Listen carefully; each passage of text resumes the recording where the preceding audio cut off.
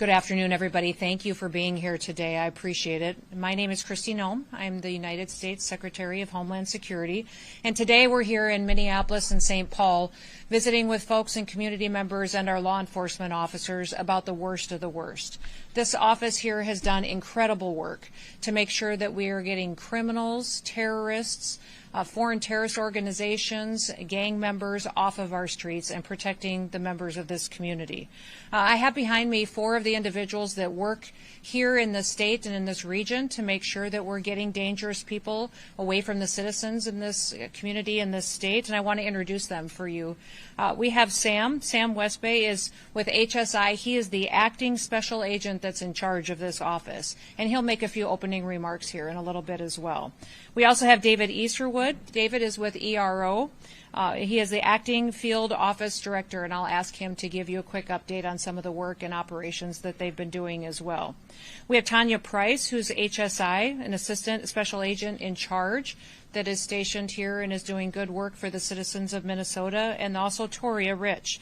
She's the ERRO deputy field office director that has been here for several years now working to help protect community members. Listen, the work that these individuals have done has been incredible. Under the Trump administration, our president has been focused on protecting American citizens, on making America safe again. And these individuals get up every single day and support their law enforcement officers that are out on the street upholding the law. Now remember, in this country, with this president in the White House, we don't pick winners and losers. We don't decide which law gets enforced and which one doesn't. There are laws, they are on the books, they were put in place, voted on, and instituted, and therefore we enforce them all. If members of Congress, senators, governors don't like the law, then they should go through the work of changing them and telegraphing and communicating to their members that live in their communities why it needs to be changed. So today, these officers have done incredible work to make sure they're protecting our next generation of Americans.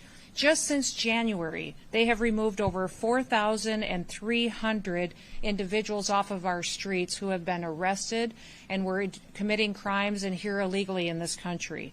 3,316 had criminal histories, which means they were out there perpetuating violence against citizens here, and now they're no longer doing that because of the work of these law enforcement officers.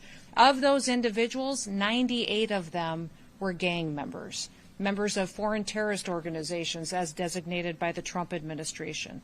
Also, 11 of those individuals were known or suspected terrorists, people who will not be able to commit those atrocities here in the United States because we were out on the streets arresting them and removing them and bringing them to justice. 2 of the individuals that have been arrested just since January were foreign fugitives, which means other countries were wanting them for violent crimes and looking for them, and they were able to locate them and send them home to their countries to face justice as well. Our officers are in the streets every single day doing difficult work to make sure that our laws are upheld and that families are protected. Since January, 515,000 have been arrested and deported across this country and removed for breaking our laws. 70% of those individuals had pending or criminal charges against them. I'll talk about a few of the worst that have been removed from this area, but I want you to know that the individuals that have been arrested and removed have had crimes and charges against them such as murder, assaults, homicides, robberies, carjackings, and shootings. And all of those numbers in this community in Minneapolis and St. Paul, those numbers have only gone up since 2019. Under the leadership of Mayor Fry, under the leadership of Governor Walz, more violent crimes are being perpetuated in these communities because of their refusal to defend American citizens. Regardless, our federal officers, our ICE officers, ERRO, HSI, in partnership with our Department of Justice agencies and other individuals throughout the federal government, we will continue to do the work to make sure that these criminals are removed from our communities. I want you to look at these posters that we have up here at the front of the room. One of the individuals, his last name is Munoz. He's from Mexico, and he was brought in and arrested for charges of homicide. Another one is Hernandez Rivieras from El Salvador. The charges against him are human slavery and trafficking of individuals in this country. Garcia's in front of us as well. His last name is Garcia Oliver from Mexico. He's been wanted and charged with sexual assault. And then another individual in front of us on these posters in front of us is Gonzalez Rivas. He's from El Salvador and is wanted for assault. These individuals have been arrested because of these individual law enforcement officers in our community and will be brought to justice and deported from our country, never to return. We also had operation that has been working in this area specific to visa fraud. Visa fraud has been very rampant in these cities, and the USCIS agency has worked on Operation Twin Shield, which is a first-of-its-kind visa fraud operation that has gone out and investigated those who maybe came into this country under wrong paperwork or overstayed and refused to leave, and they utilized fraud to do so. It has been incredible the work that these officers have done in conjunction with the United States Citizenship and Immigration Services to make sure that those individuals no longer get to break our laws and aren't held to consequences of it.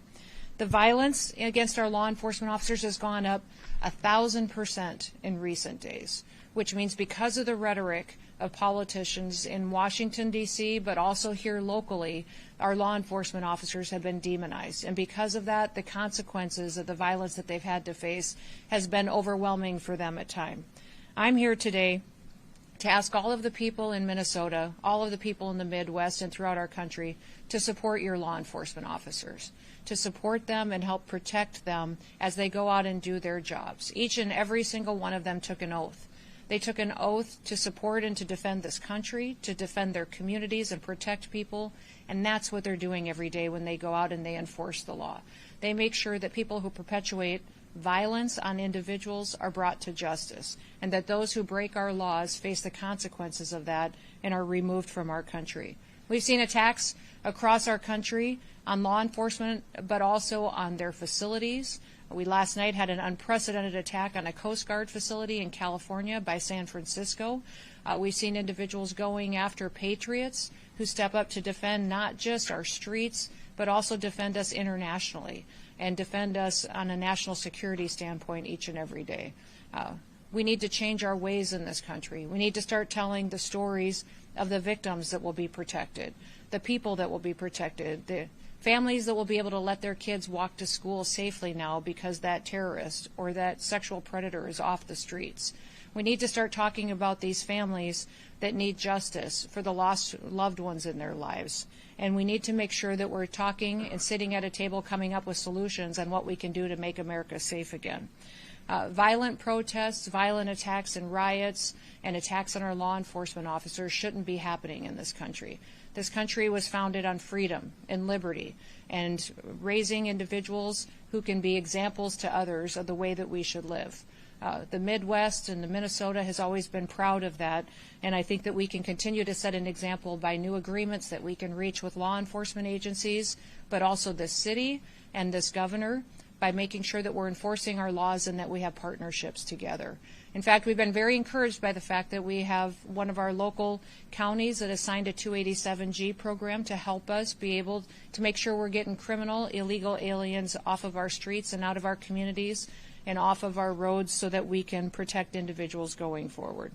The people of this state deserve peace, and I'm hopeful that we'll continue to see that through the good work of these law enforcement officers in front of us. If you get the chance today, thank someone who defends our laws. Our laws matter, and if we don't like them, we change them, but in the meantime, we're going to continue to work to make America safe again. With that, I want to turn it over to Sam, who's going to talk a little bit about some of the work that this office in particular has done, and I'll let him do that, and then we'll go to David as well. Thank you, Sam. Good afternoon. Thank you, Secretary Noem, for joining us today and for your unwavering support of the critical work we do at ICE and Homeland Security Investigations. My name is Sam Westbay. I'm the Acting Special Agent in charge for Homeland Security Investigations in St. Paul. I have the privilege of leading a team of exceptional professionals who are dedicated to safeguarding our communities and dismantling the transnational criminal networks that threaten our national security. The threats we face today are more sophisticated and global than ever before. Criminal organizations operate across borders, exploiting vulnerabilities to traffic drugs, weapons, and humans, launder money, and engage in cybercrime. These crimes don't just harm individuals, they undermine the fabric of our society, our economy, and our national security. But HSI St. Paul is meeting these challenges head on. Across Minnesota, North Dakota, South Dakota, our agents and analysts are conducting complex investigations that are breaking apart these networks, rescuing victims, and holding perpetrators accountable. We've united with our federal partners and other law enforcement agencies to create the Homeland Security Task Force St. Paul to combat the cartels, foreign terrorist organizations, and take harmful narcotics and weapons off the streets in Minnesota and the Dakotas, like you see in front of you. The work we do is not easy. It requires long hours, meticulous attention to detail, and a willingness to confront dangerous and often unpredictable situations. But the men and women of HSI St. Paul rise to the occasion every day, driven by a deep sense of duty to the Constitution and federal laws and an unwavering commitment to the mission. As Secretary Noem has highlighted, the safety and security of the American people is our top priority. HSI St. Paul is proud to play a leading role in advancing that mission, and we will continue to do so with the same determination and resolve that has defined our work thus far. Thank you.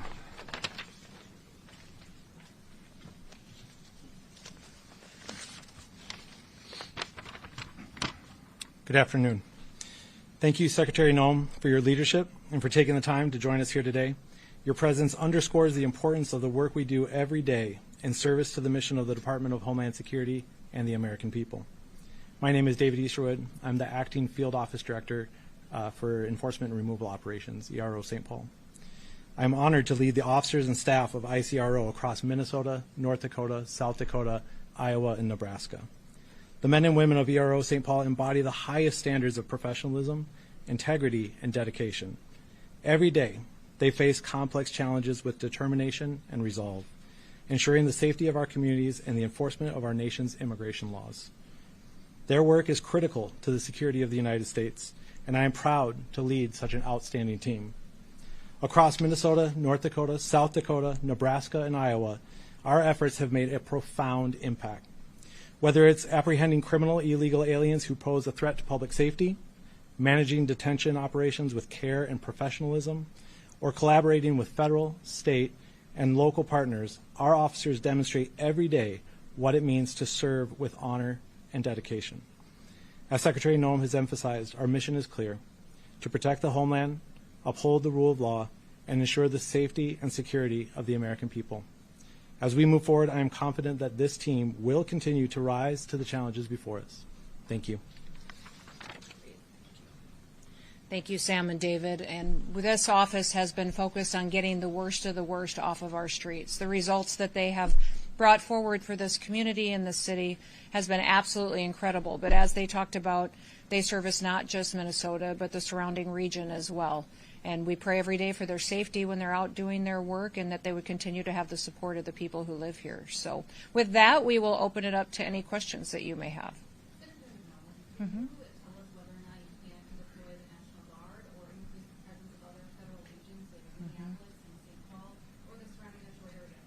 You know, it's up to the president on if he believes that National Guard should be deployed to any situation in any city across our country. But we do have an increase of federal officers that will be coming. As you know, we had a big bill passed through Congress that allocated to us 10,000 new ICE officers across the country. We have received over 175,000 applicants for those jobs. So the first 12 to 1,500 are out in their offices now, have been trained and qualified and equipped and are out there doing their work. We have thousands more in the next week or two that will be deployed to field offices as well, and this office will be the beneficiary of that as well. So you'll see dozens of new agents and federal officers here doing the work to get these criminals and terrorists off of our streets. Curious about the weapons and drugs that were on the table. Were those seized locally, and were they seized this year? They were. I will let Sam talk about the specifics on each of these, but yes, these are all drugs and weapons that were seized from the operations that these law enforcement officers conducted here in this in this area. So I'll let you talk a little bit about specifics if you'd like to. Yes, I don't have a lot of specifics on them because obviously some of these cases are still ongoing in the courts. But the dope and the methamphetamines, the fentanyl, and the weapons seen here have been taken off the streets in Minneapolis and St. Paul between us and our federal partners, DEA, ATF, FBI, and everyone else that we work with. But they have been taken off the streets at some point in time throughout the year here. So this is not something uncommon to this area to see this. Madam Secretary, earlier this week, or yesterday, Mayor Lurie of San Francisco said that he talked to you after President Trump said that he wouldn't be doing a federal deployment to San Francisco. What did you tell the mayor during that call? Is there still a chance that San Francisco could end up with federal immigration or crime enforcement searches? I did talk with the mayor of San Francisco, and we talked about all of his efforts to bring some safety and security to the streets of San Francisco, and that he had a conversation with the president, who said we would cooperate and help as much as we could, but that if he didn't get it under control, that we would move in, that we would bring in more support, potentially National Guard, Department of War individuals that would be able to help make sure that those people get the safety that they deserve as well. I'll tell you what, last night was not a good example of what the mayor is accomplishing and what the people in that area are accomplishing. To see this violent individual use a truck to try to break into our Coast Guard base and to ram those individuals and threaten the lives of the individuals who serve in our Coast Guard was horrific. And we won't stand for that anymore. I talked to the president about it just a couple of hours after it happened early this morning, and the president said that was their one chance, that if they don't figure out how to protect our law enforcement officers and protect our Coast Guard members, that we would be forced to come in and protect those individuals. Listen, our Coast Guard as well has been out there doing a lot of this drug interdiction that you see across the country and across the world. They don't just have a search and rescue mission. They have a mission to go out there and do a lot of interdictions out in our maritime seas and are picking up tons of cocaine and fentanyl and meth that's being shipped in. Because our border is closed, these cartels and terrorist organizations are moving it through different methods. And so our Coast Guard has been absolute rock stars in being partners with ICE and ERRO and HSI to make sure that we're not just bringing people to justice, but that we're also getting these deadly drugs off of our streets. We have saved millions of lives by doing operations like this and getting these drugs out of a system and keeping them away from our children. Right here? Yeah, are you able to elaborate further, more specifically, when we should be seeing those dozens of new agents, and will they be targeting a specific demographic here in Minneapolis? Our new agents that will come to this region will continue to do the work that this office has done. They'll continue to go out and to not just go after the worst of the worst, but make sure that those individuals that are in this country illegally are brought to justice and deported. You know, one thing I would remind everybody is that we've telegraphed this from the very beginning of the administration, is that if you're here illegally, go home. We will give you $1,000 cash, we will buy you a plane ticket, and you will get the chance to come back to America the right way. If you wait until we detain you and have to deport you, it may take you months to get there, to get through the due process of it, and then you will never get the chance to come back to America and to be one of our citizens and enjoy what is so special about this country. So again, everyone should go download the CBP One app and be able to facilitate your flight and your payment, and we would like to get you back home to your country so that if you want to come back, you can do it the right way. It's been incredibly successful. The question is if it's been successful encouraging people to voluntarily go home? Absolutely. We have over 1.6 million people that have voluntarily deported on their own, decided, you know what, I'm not going to wait until they come and find me and arrest me. I'm going to go home now and get the chance to come back. And many of these countries that they are coming from have set up different programs and training opportunities for them. You go to Guatemala, Honduras, Mexico, Panama, many of these countries have training programs, housing loans that they will give to individuals who are returning back. They want them to be a part of their economy. Their situation has changed as well because America has enforced our borders and we've worked with them so much. They're doing better and their businesses are growing. So we would encourage people to continue to do that. Overwhelmingly, people understand now that it's different in the United States. Now we follow the law. Now we enforce the law, and now people are safe again. We'll go down here. Instances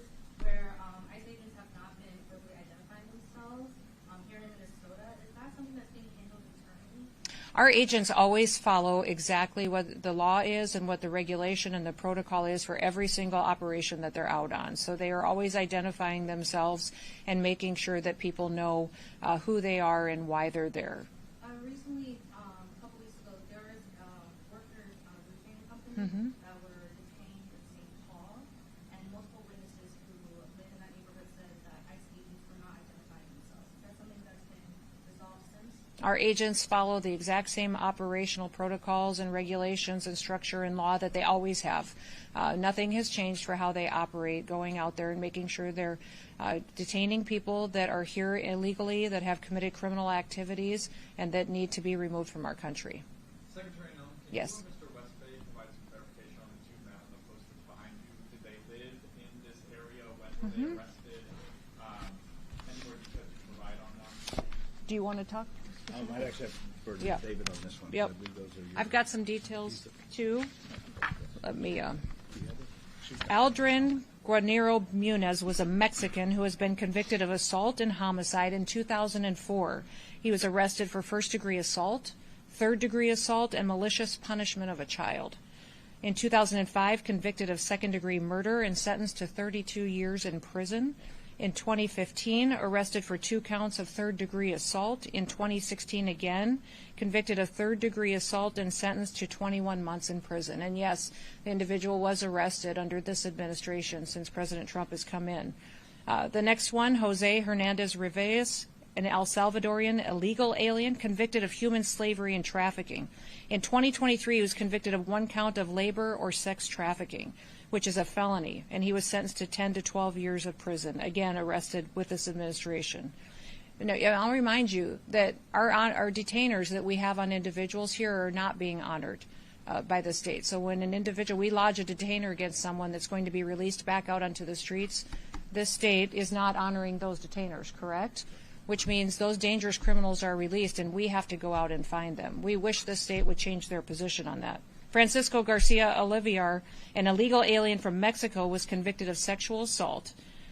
In 2021, convicted of attempted sexual assault in the first degree and sexual assault on a child of the third degree, and sentenced to 12 to 14 years in prison. And the last one is David Gonzalez Rivas, illegal alien from El Salvador, pending charges for assault, additional pending charges including drug possession, weapons possession, and also that includes a felony charge of carrying a concealed weapon. So, yes. One last question. Who wants to be the last one? Yes, sir. During the October 18th raid in Wilder, Idaho, multiple parents say that their children, as young as 10, were zip-tied for up to 4 hours. Other parents say they were frustrated and unable to care for their kids. Most of them were U.S. citizens who were released. Does ICE have any policies on the treatment of minors during raids? And if so, do you make sure that your partner agencies are aware of the rules ahead of time? Absolutely. Those children, absolutely, that never happened. That's a fake story. That is not true. Children have never been zip-tied, and that will not happen in the future. Secretary Noem, can you tell us whether you plan to increase immigration capacity in terms of detainment here in Minnesota, including possibly entering a contract to use the third correctional facilities? I can't speak specific to a contract, but we are looking for more opportunities for detention partnerships here in the state of Minnesota. So we're looking a lot to state agreements, but also where the state isn't cooperative, such as Governor Walz has not been. I would say we're looking for sheriffs, local communities, smaller towns that may have the ability to help provide and partner with us because they know so many of these individuals that are dangerous in their communities, and they can work with us to make sure that we're meeting not just their law enforcement needs, but also we're getting those people out of their area as soon as possible. Yep.